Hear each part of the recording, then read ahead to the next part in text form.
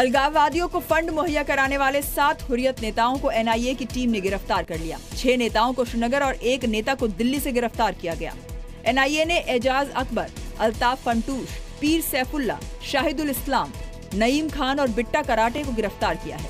गिरफ्तार किए गए हुर्रियत नेता सैयद अली शाह गिलानी के करीबी हैं। अल्ताफ फंटूश तो गिलानी का दामाद है। इन सभी की गिरफ्तारी पाकिस्तान से आतंकियों को पहुंचाए जाने वाले फंड के मामले में हुई है।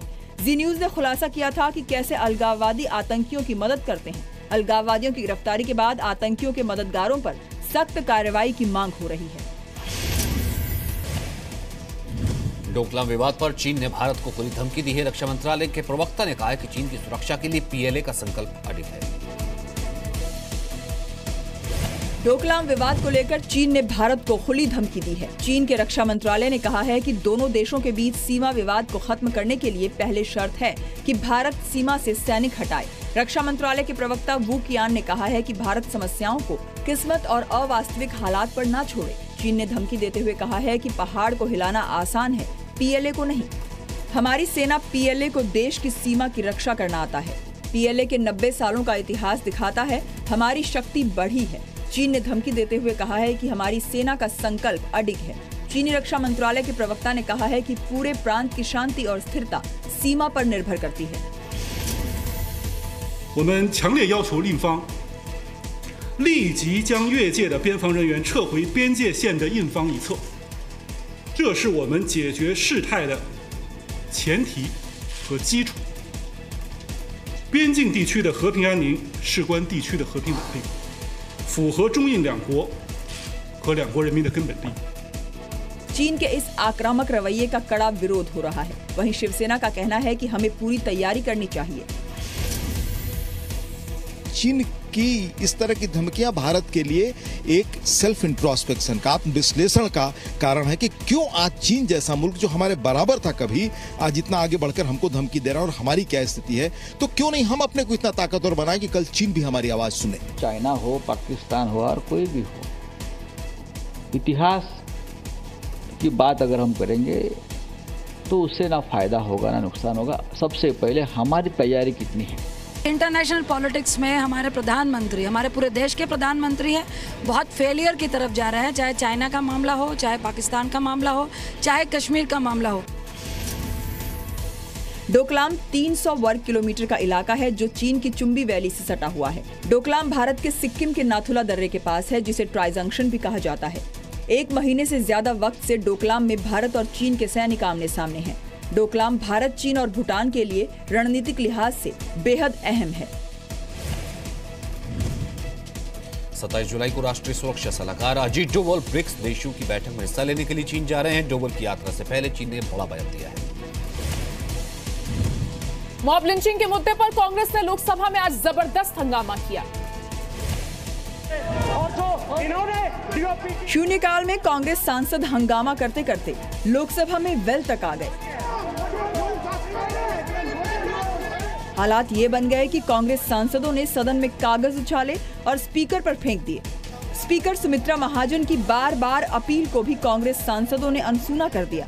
कांग्रेस सांसदों का हंगामा जारी रहने पर लोकसभा स्पीकर ने गौरव गोगोई, के सुरेश, अधीर रंजन चौधरी, रंजीत रंजन, सुष्मिता देव और एम.के. राघवन को 5 दिन के लिए सस्पेंड कर दिया। चिट्ठी लिखने के अलावा अभी तक मुजरिमों को नहीं पकड़ा है। केंद्र सरकार जवाब दे इस पे। तो हमारी बात नहीं सुनी जा रही थी, हमें नज़रअंदाज किया जा रहा था और हम विभिन्न प्रकार से हम ध्यान आकर्षण करने की कोशिश कर रहे थे कि चर्चा आज शुरू करें, लेकिन सत्ता पक्ष में इतनी अहंकार है कि उन्होंने चर्चा शुरू करने से साफ इनकार कर दिया। पेंशन के बिहार पर ही इस बात को तो हाईलाइट हो रहा है कि आखिर हम किस लिए सस्पेंड हुए। मॉब लिंचिंग के लिए सस्पेंड हुए। वेब तंत्र के द्वारा जो पूरे देश में नफरत फैलाई जा रही है, युवाओं की हत्याएं हो रही है, गौ रक्षा के नाम पर इंसानियत को खून खराबे में लेके जाया जा रहा है। हम उन बातों को अगर उठाने के लिए सस्पेंड हुए हैं तो मुझे भगत सिंह भी याद है। और इस तरह की अगर गलती बार बार करनी पड़ेगी तो बार बार करेंगे। आज सुबह 11 बजे संसद की कार्यवाही शुरू होते ही कांग्रेस सांसदों ने मॉब लिंचिंग पर बहस की मांग की। लोकसभा स्पीकर ने सदन में कांग्रेस के नेता मल्लिकार्जुन खड़गे को बात रखने का मौका देने की बात कही, लेकिन कांग्रेस सांसद स्थगन प्रस्ताव लाकर चर्चा की मांग पर अड़े रहे। जैसे सुरेश कोड़ी का निर्णय पेपर फेंक रहा है, ये चेयर के खिलाफ बहुत बड़ा असम्मान है। मैं आपसे अर्ज करता हूं, इसके बारे में कार्यवाही करें। ये पूरा सदन इसका निंदा करती है। कांग्रेस सांसदों के हंगामे की वजह से लोकसभा की कार्यवाही बाधित हुई। कार्यवाही 2 बजे तक स्थगित। 2 बजे के बाद कार्यवाही शुरू होने पर कांग्रेस सांसदों का हंगामा जारी रहा। स्पीकर ने सदन की कार्यवाही मंगलवार तक के लिए स्थगित की। मॉब लिंचिंग पर मल्लिकार्जुन खड़गे ने कहा कि पीएम ने 3 बार इस मुद्दे पर बोला है, लेकिन कोई एक्शन नहीं हुआ। जब तक एक्शन नहीं होगा ये घटनाएं नहीं रुकेंगी। मॉब लिंचिंग पर हंगामे के बीच बीजेपी सांसद मीनाक्षी लेखी ने बोफोर्स घोटाले को लेकर सवाल उठाए। इसको लेकर कांग्रेस के सांसद और भड़क गए। दिल्ली के जवाहरलाल नेहरू यूनिवर्सिटी के छात्रों में देशभक्ति को जगाने के लिए वाइस चांसलर ने कैंपस में आर्मी टैंक लगाने की सलाह दी। जेएनयू के वाइस चांसलर जगदीश कुमार ने मांग की है कि जेएनयू कैंपस में सेना की तोप रखी जाए ताकि छात्र शहादत को याद रख सके। करगिल विजय दिवस के जश्न के मौके पर मंत्री वीके सिंह और धर्मेंद्र प्रधान की मौजूदगी में जगदीश कुमार ने ये मांग रखी। जेएनयू के वीसी ने जनरल वीके सिंह से अपील की कि वो जेएनयू के लिए एक पुराने आर्मी टैंक का इंतजाम करने में मदद करें ताकि यूनिवर्सिटी की किसी खास जगह उसे रखा जा सके। यूनिवर्सिटी के अंदर आर्मी टैंक छात्रों को भारतीय सेना के त्याग और बलिदान की याद दिलाता रहेगा। We would like to request Shri V.K. Singh and also Pradhan ji to help us procure an army tank so that we can put it in a prominent place in JNU. JNU VC की इस मांग का कड़ा विरोध हो रहा है। Samajwadi party ने तो जगदीश कुमार की योग्यता पर ही सवाल खड़े कर दिए हैं। कांग्रेस ने भी वीसी पर हमला बोला है। वहीं बीजेपी का कहना है कि जेएनयू में देश तोड़ने वाला माहौल पैदा किया गया है, इसलिए वहां ऐसा कदम उठाना चाहिए। इस तरह के व्यक्ति को पहले सोचना चाहिए वीसी होने लायक है कि नहीं, क्योंकि जो वीसी की ये सोच हो कि खाली तोप लगाने से लोग समझ पाएंगे मैं सेना कितनी शौर है, तो हमारे कल वीसी को नॉलेज नहीं है। ये दिखाई रहा है कि ये तो वाइस चांसलर था, ये तो स्कूल के टीचर बनने लायक भी व्यक्ति नहीं है। इतना बड़ा कोई बेवकूफ बन जाए, मतलब आपका मतलब है कि जगह जगह भारत की रक्षा की अगर आप सिंबल डाल देंगे तो उससे लोग बहुत ज्यादा प्रोत्साहित हो जाते हैं। जेएनयू का जिस प्रकार का पिछले कई दशकों का जिस प्रकार से वहाँ वातावरण बनाया गया, इस देश के इतिहास को, इस देश की संस्कृति को वो डिस्टोर्ट करने का वहाँ एक प्रकार से वहाँ साजिश रची गई। 9 फरवरी 2016 को जेएनयू में कथित तौर पर देश विरोधी नारेबाजी हुई। उस समय के जेएनयू छात्र संघ अध्यक्ष कन्हैया कुमार पर देशद्रोह का मुकदमा दर्ज हुआ। दशहरे पर रावण की जगह पीएम मोदी का पुतला फूंका, नारेबाजी की। लापता छात्र नजीब के लिए छात्रों ने वीसी को 24 घंटे तक दफ्तर में बंधक बनाए रखा।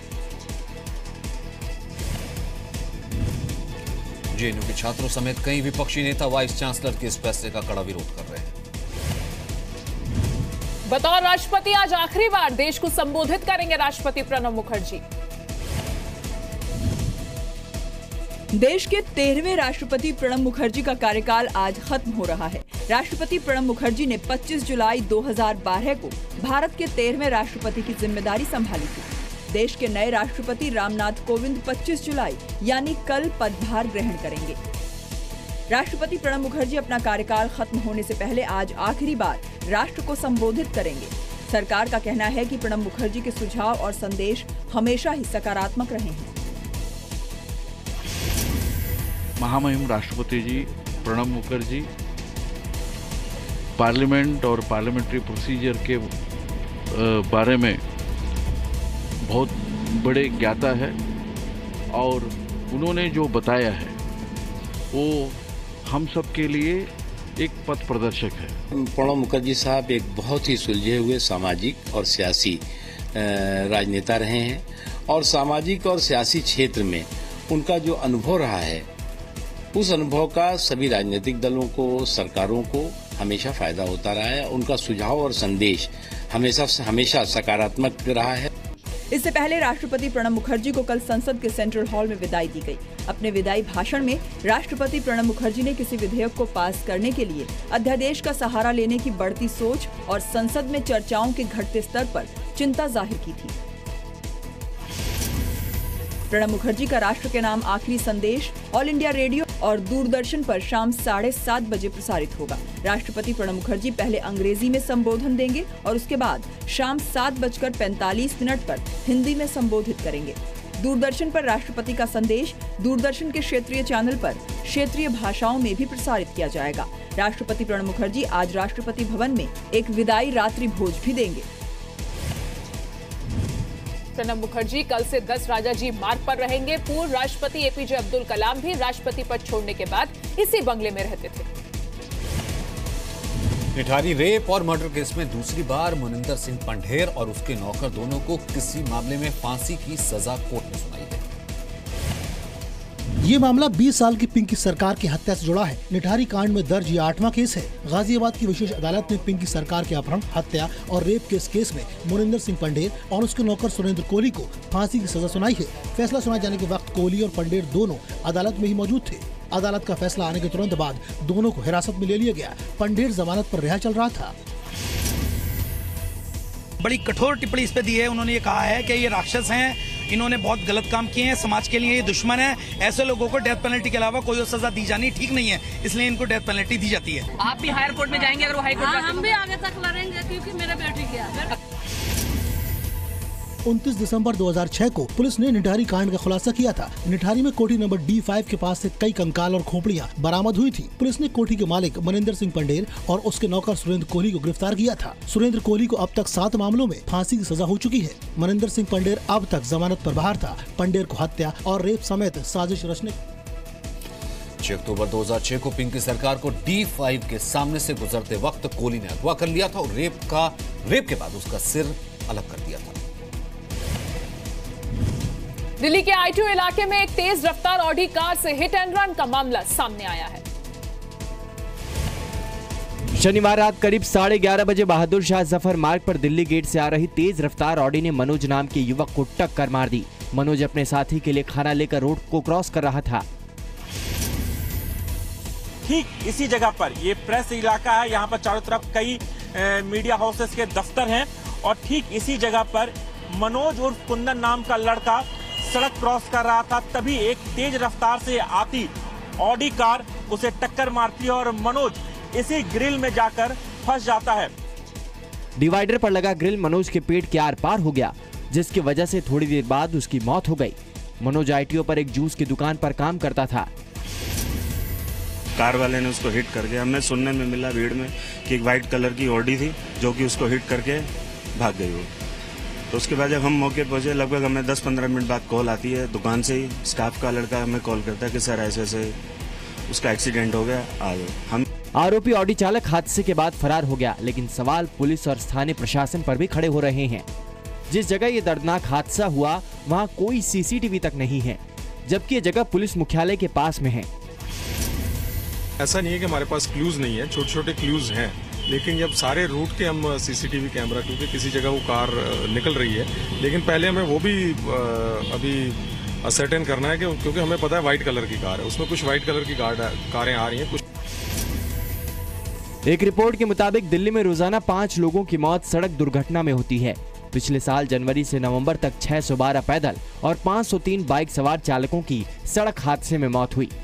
रिपोर्ट के मुताबिक पैदल चालकों में 50% की मौत सड़क पार करते वक्त हुई, जबकि 80% बाइक चालकों की मौत हेलमेट नहीं पहनने की वजह से हुई। रिपोर्ट के मुताबिक सबसे अधिक हादसे रात 11 बजे से आधी रात के दौरान हुए, जबकि सुबह 10 से 11 बजे तक का समय सबसे सुरक्षित रहा। NCRB की रिपोर्ट के मुताबिक 41% हादसों की वजह तेज स्पीड, 32% लेन में परिवर्तन, 10% शराब पीकर ड्राइविंग है। दिल्ली पुलिस ने शुरुआती जांच में 3 सफेद ऑडी कार्स का पता लगाया है। इनमें से एक ऑडी ग्रेटर कैलाश में है। पुलिस को इसी ऑडी से हादसे का शक। सेल्फी के जुनून में लोग जान जोखिम में डालने से घबराते नहीं हैं। कई हादसे होने के बाद भी बदस्तूर जानलेवा सेल्फी का ये सिलसिला जारी है। तेज हवा और भयानक लहरों के बीच टापू जैसी दिख रही पहली तस्वीर दीव के नगांव तट की है। दूसरी तस्वीर मध्य प्रदेश के रतलाम की है। दोनों तस्वीरें दो अलग अलग राज्यों और अलग अलग शहर की है, लेकिन इनके पीछे छिपा है सेल्फी का जुनून। सेल्फी के इस जुनून में दीव में 4 लड़के पानी के तेज बहाव में बह गए। पुलिस के मुताबिक लड़के एक चट्टान पर बैठे थे। सेल्फी लेने के दौरान कई फीट ऊंची लहरें उठ रही थी, लेकिन इससे बेखबर लड़के सेल्फी लेने में व्यस्त रहे। इसी बीच करीब 25 फीट ऊंची लहर चारों को अपने साथ बहा ले गई।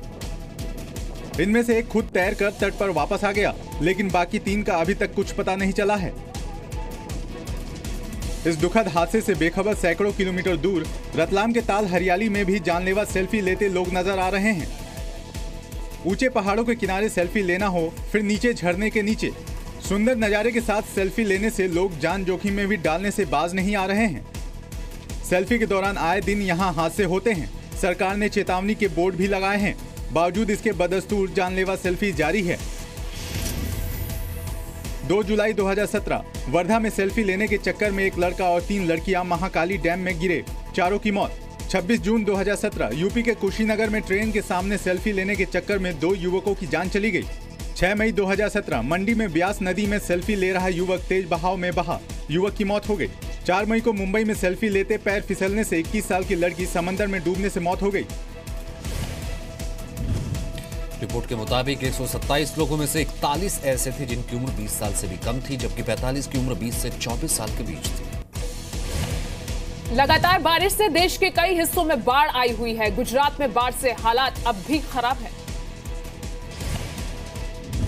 हैरान करने वाली ये तस्वीरें जम्मू के झज्जर नाले की हैं।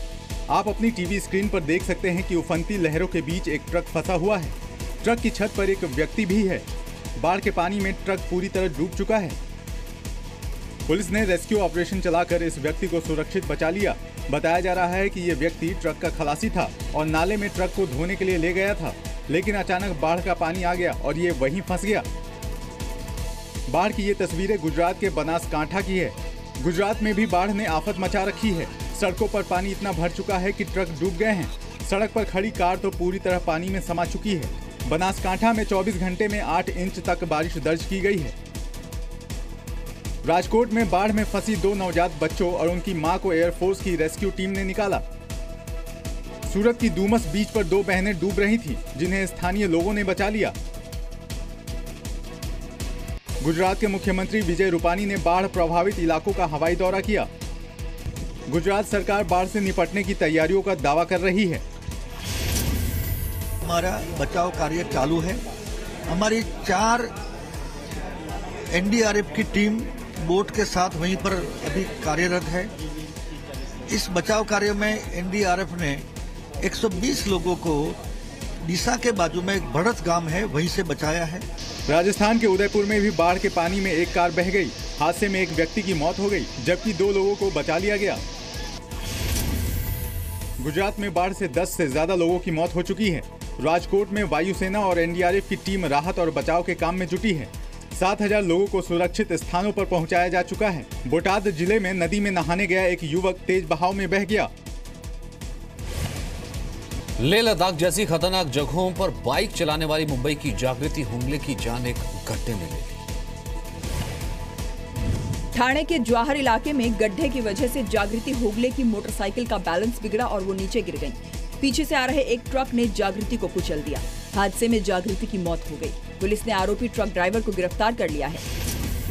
तो गड्ढे में गाड़ी जाने की वजह से उनका बैलेंस आउट हुआ और वो ट्रक के नीचे गई और उनके सर को जबरदस्त चोट लगने की वजह से उनकी जगह पे ही मौत हो गई है।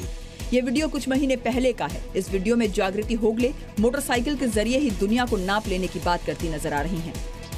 मुंबई की जागृति होगले बाइकिरनी मोटरसाइकिल ग्रुप की सदस्य थी, जिसमें देश भर में 600 महिलाएं शामिल हैं।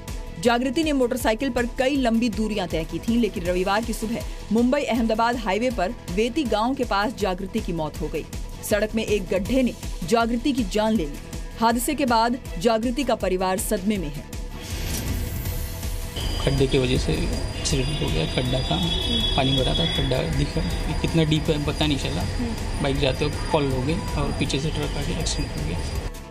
सरकार ने इस पूरे मामले की जांच की बात कहकर अपना पल्ला झाड़ लिया। वहीं विपक्ष ने सरकार पर निशाना साधा है। विपक्ष ने कहा कि मुंबई और आसपास के इलाकों में हर तरफ गड्ढे ही गड्ढे हैं। लगता है कि महाराष्ट्र का पीडब्ल्यूडी डिपार्टमेंट जिस तरह से काम कर रहा है, मुझे लगता है कि ये लोगों की अभी उम्मीद ही छूट गई है कि ये सरकार कुछ कर पाएगी और कुछ अच्छी व्यवस्था देंगी। हमारी तो पहली मांग रहेगी कि जो ये सी उसकी जिम्मेदारी है, कॉरपोरेशन के एरिया में अगर हो या पीडब्ल्यूडी के रोड हो, वो सभी अफसर हैं या उसके जो लोग इंचार्ज हैं, उनके ऊपर तुरंत एफआईआर दाखिल होनी चाहिए।